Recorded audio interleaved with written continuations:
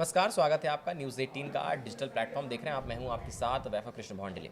Iran में देखिए कम से कम 11 दिन हो गए हैं और लगातार विरोध प्रदर्शन देखने को मिल रहा है। अर्थव्यवस्था पूरी तरीके से चरमरा गई है। छात्र संघ और जो व्यापार संघ के लोग हैं और जो तमाम लोग हैं वो सड़कों पर उतर आए हैं और अली खामनेई जो इतने समय से वहाँ पर शासन कर रहे थे उनके खिलाफ जमकर विरोध प्रदर्शन लोगों में देखने को मिल रहा है। आज विस्तार से इस वीडियो में हम इस चीज़ पर चर्चा करेंगे कि क्या ट्रंप की भूमिका रहने वाली है, क्या ईरान पर हमला हो सकता है, क्या जो अली खामनेई उनको बंधक बनाया जा सकता है, जो B2 देश हैं चाहे रशिया हो चाइना, उनकी कितनी भूमिका रहेगी, वो क्या कुछ कर रहे हैं, किस तरीके से समर्थन कर रहे हैं। मिडिल ईस्ट पर बात करेंगे, साथ ही जो प्रॉक्सी कंट्रीज़ हैं हमास, हिजबुल्लाह, उनके ऊपर बात करेंगे विस्तार से। मेरे सहयोगी आनंद मेरे साथ जुड़ गए। आनंद, बहुत बहुत स्वागत है आपका। सबसे पहला सवाल मेरा यही कि जो मुस्लिम कंट्रीज़ हैं, जो सबसे बड़ा सवाल कि मुस्लिम कंट्रीज़ हैं वो उनकी प्रतिक्रिया इतनी कम क्यों नज़र आ रही है, वो इतना चुप क्यों नज़र आ रही है? क्योंकि जहाँ एक तरफ तो खुलकर समर्थन किया जाता था, वो क्या ट्रंप के शासन से, ट्रंप की पावर से डरते नज़र आ रहे हैं? क्यों इतना समर्थन नहीं मिल रहा है?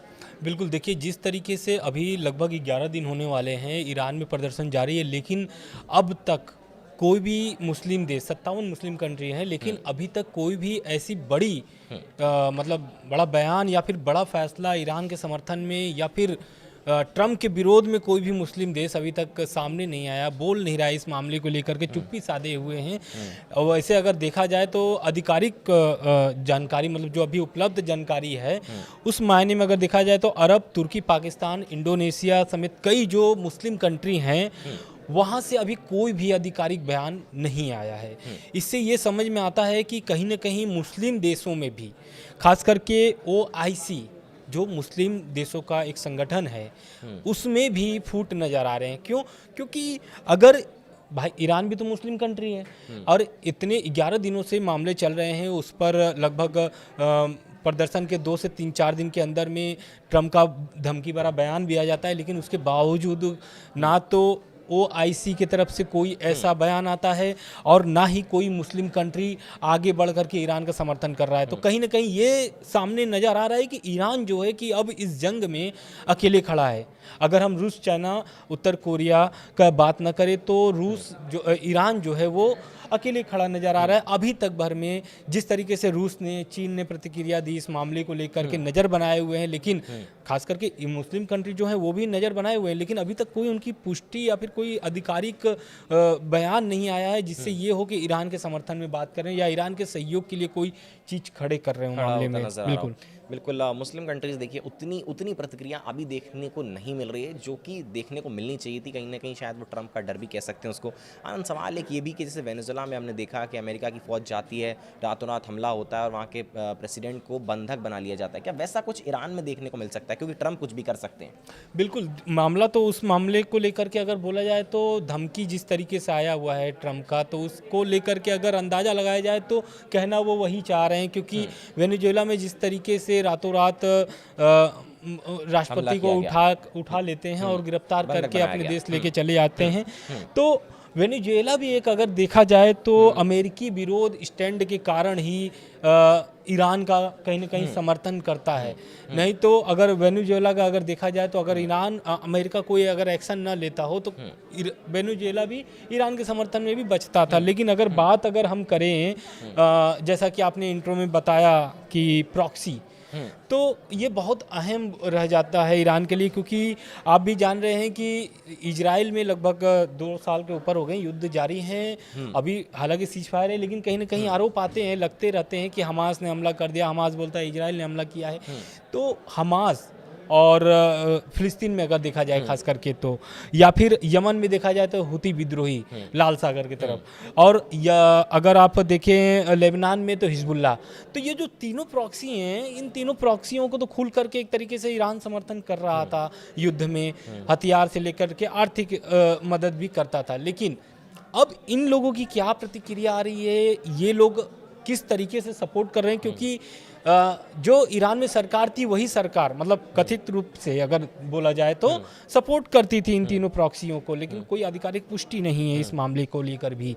तो अब हिजबुल्लाह क्या है कि ईरान का सबसे करीबी और शक्तिशाली सहयोगी है, लेकिन हिजबुल्लाह जो है वो सरकार नहीं है, लेबनान की। लेबनान में उसकी भूमिका है थोड़ी बहुत सरकार में, लेकिन जिस तरीके से खुल के अंतर्राष्ट्रीय लेवल पर आकर के अंतर्राष्ट्रीय मंच पर सपोर्ट करना चाहिए तो उस तरीके से नहीं कर सकता।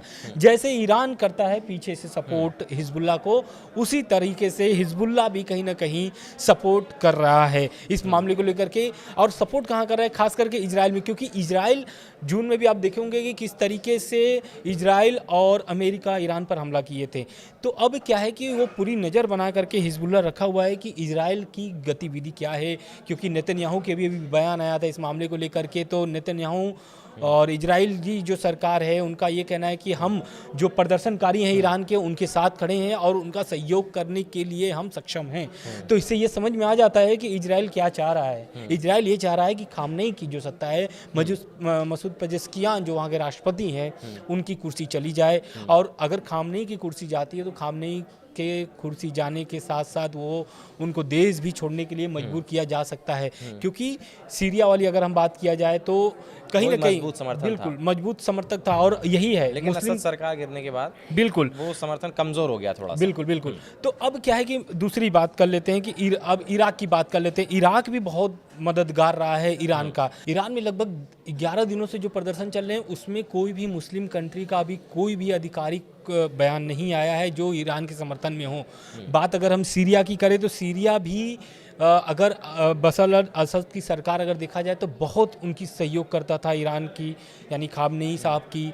और अब जब से बशर अल असद सरकार गई है, यानी कि बशर अल असद जो थे वो राष्ट्रपति थे, वो भी देश छोड़ के चले गए थे। जब वहाँ पर अल सायरा जो वहाँ के विरोधी पार्टी थे, आज मतलब एक तरीके से अंतरिम राष्ट्रपति बने हुए, अंतरिम सरकार उन्हीं के अंडर में चल रही है सीरिया। लेकिन अब जो है वो सीरिया जो पूरी सपोर्ट कर रही है वो अमेरिका का सपोर्ट कर रही है। अभी आप पिछले दिनों देखे होंगे एक ट्रंप और अल सारा का ये फोटो भी सामने आया था जिसमें वो दोनों मिल रहे थे आपस में। लेकिन अब जो है कि सीरिया की तरफ से, सीरिया से ईरान एकदम कमज़ोर हो गया, कोई भी समर्थन उनको नहीं मिल रहा है। और यहाँ पर पकड़ किसकी मजबूत हो गई है? इजराइल की। क्योंकि कई बार जब आप देखे होंगे जब सत्ता परिवर्तन हुआ था सीरिया में तो वहाँ पर भी इजराइल ने हमला किया था, कुछ हिस्सों पर कुछ कब्जे करने के प्रयास में था। लेकिन जब अमेरिका का हस्तक्षेप होता है, उसमें दखल देता है अमेरिका, तो थोड़ा सा उसमें मामले को ढील देती है इजराइल। लेकिन बात अगर सीरिया की जाए तो सीरिया की तरफ से अभी कोई भी सहयोग ईरान को नहीं मिल रहा है। चलिए देखिए, ये तो एक मुस्लिम कंट्रीज़ की हमने बात की। फिर जो प्रॉक्सी देश थे, चाहे वो हिजबुल्लाह रहे हों, हुती हो, हमास हो, उनकी विस्तार से बात की। अब जो मेन बात आती है कि ईरान को समर्थन कहाँ से मिल रहा है। तो चाहे रूस हो, चाइना हो, उत्तर कोरिया हो, पाकिस्तान हो, तुर्की हो, ये कुछ देश हैं जो ईरान का समर्थन करते हैं और खुलकर समर्थन करते हैं, डंके की चोट पर समर्थन करते हैं। तो रूस का कितना समर्थन है, चाइना कितना समर्थन है, क्योंकि ये B2 देश हैं, है ना, और अमेरिका भी एक B2 देश है, तो इनका कितना समर्थन है। अब आनंद इस पर थोड़ा सा विस्तार से दर्शकों को समझाने की कोशिश कीजिए। बिल्कुल, देखिए रूस क्या है कि रणनीतिक समझदारी मतलब साझेदारी रखते हुए, मतलब कि एक तरीके से राजनीतिक, आर्थिक और सैन्य सहयोग, मतलब वो तीनों तरफ से सहयोग देने के लिए ईरान को तैयार रहता है। अभी बीते दिनों एक खबर ऐसी भी आ रही थी कि रूसी जो है कि एक प्लेन उतरी हुई है जिसमें हथियारों का जखीरा है, ऐसी खबरें सामने आ रही थी। लेकिन अगर सहयोग की बात की जाए, यूक्रेन युद्ध में ईरान से ड्रोन भी खरीदे। बिल्कुल। तो मैं वही कह रहा हूँ कि आर्थिक सहयोग जो है रूस हमेशा करता आया है ईरान का। यूक्रेन युद्ध में अगर बात की जाए तो ईरान का बैलिस्टिक मिसाइल जैसे कुछ इस्तेमाल किए गए थे। यही कारण है कि जो अभी JCPOA वाली बात हो रही थी, जो हमने बात किया आपसे कि JCPOA ये हथियार इस्तेमाल करके, ड्रोन इस्तेमाल करके ईरान को प्रमोट करने की भी कोशिश रहती है कि उनके जो बनाए गए हथियार हैं या जो उन्होंने बनाए उनको प्रमोट करने की कोशिश भी रहती है। बिल्कुल, संयुक्त राष्ट्र में अगर देखा जाए तो ईरान की रक्षा करता है और दोनों देशों के बीच जो संबंध है वो बहुत मजबूत है। तो इससे ये समझ में आता है कि रूस और ईरान को तोड़ना अमेरिका के लिए इतना आसान नहीं है जितना आसान अमेरिका सोच रहा है। क्योंकि बीतों दिनों आप देखे होंगे किस तरीके से पुतिन और ट्रंप मुलाकात हुई थी, लेकिन वो एक मुलाकात ही थी। उसके बाद अगर देखा जाए तो पुतिन के रवैया कोई भी ढिलवाई नहीं की है। यूक्रेन में आज भी हमला जारी है और बात की जाए तो ईरानी ड्रोन से भी हमले कई बार किए गए हैं यूक्रेन में, और इसकी पुष्टि भी यूक्रेन की तरफ से की गई है। तो अमेरिका का यही कहना है कि ईरान जो है बैलिस्टिक मिसाइल भी बनाना बंद कर दे। तो रह गई बात अगर चीन की जाए तो चीन भी जो है वो आर्थिक से लेकर के, राजनीतिक से लेकर के, सैन्य संबंधित जो उनके सहयोग होते हैं वो सारे तीनों खरीदता है वहाँ से। बिल्कुल बिल्कुल, तेल भी खरीदते हैं। अधिक तेल निर्यात जो है वो चीन ही करता है ईरान से। तो कहीं ना कहीं दोनों ये जो देश हैं वीटो पावर हैं यूएन में, दोनों देशों की एक ये भी बोल सकते हैं कि बहुत ताकतवर फैसला जो भी लेते हैं वो बहुत ही दुनिया को हिलाने वाली भी होती है।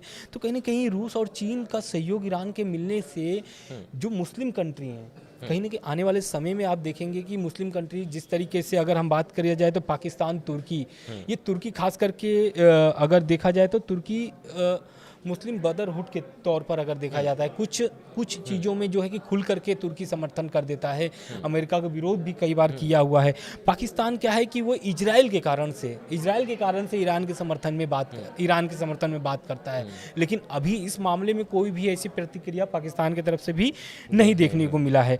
तो ये जो मुस्लिम देश हैं उसमें अगर अरब देशों की बात की जाए तो अरब देशों में सऊदी अरब, यूएई आदि संबंधित जो है वो अभी क्या है कि उनकी प्रतिद्वंद्विता जो है कि वो बनी हुई है, लेकिन बच रहे हैं इस मामले को लेकर के, क्योंकि ट्रम्प की जिस तरीके से धमकी भरा बयान आया हुआ है और खामनेई का जिस तरीके से, ईरान का जिस तरीके से बयान आया हुआ है, तो उससे इन मामले को लेकर के मुस्लिम कंट्री जो है वो नहीं चाहते हैं कि और भी तनाव बढ़े मामले को लेकर के। बिल्कुल। तो देखिए, ये विस्तार से हमने आपको सब कुछ समझाने की कोशिश की है कि ईरान में प्रदर्शन चल रहे हैं, लोग सड़कों पर उतर आए हैं, विरोध किस ओर तेज़ नज़र आ रहे हैं, वो भी अली खामने के खिलाफ, और मुस्लिम देशों की प्रतिक्रिया क्या है और वो चुप नज़र क्यों आ रहे हैं। साथ ही ट्रंप की इसमें कितनी भूमिका है, क्या वेनेजुएला जैसा हमला ईरान पर भी हो सकता है, साथ ही जो प्रॉक्सी कंट्रीज़ हैं उनकी कितनी भूमिका है, वो विस्तार से हमने चर्चा की। साथ ही जो B2 देश हैं, रशिया है, चाइना है, उत्तर कोरिया है, पाकिस्तान है, और ये लोग कितना समर्थन करते हुए नज़र आ रहे हैं, खुलकर कितना बोल रहे हैं ईरान के पक्ष में, तमाम बातें हमने इस वीडियो में की हैं। फिलहाल के लिए हमारे साथ इस वीडियो में बने रहने के लिए आपका बहुत बहुत शुक्रिया। धन्यवाद।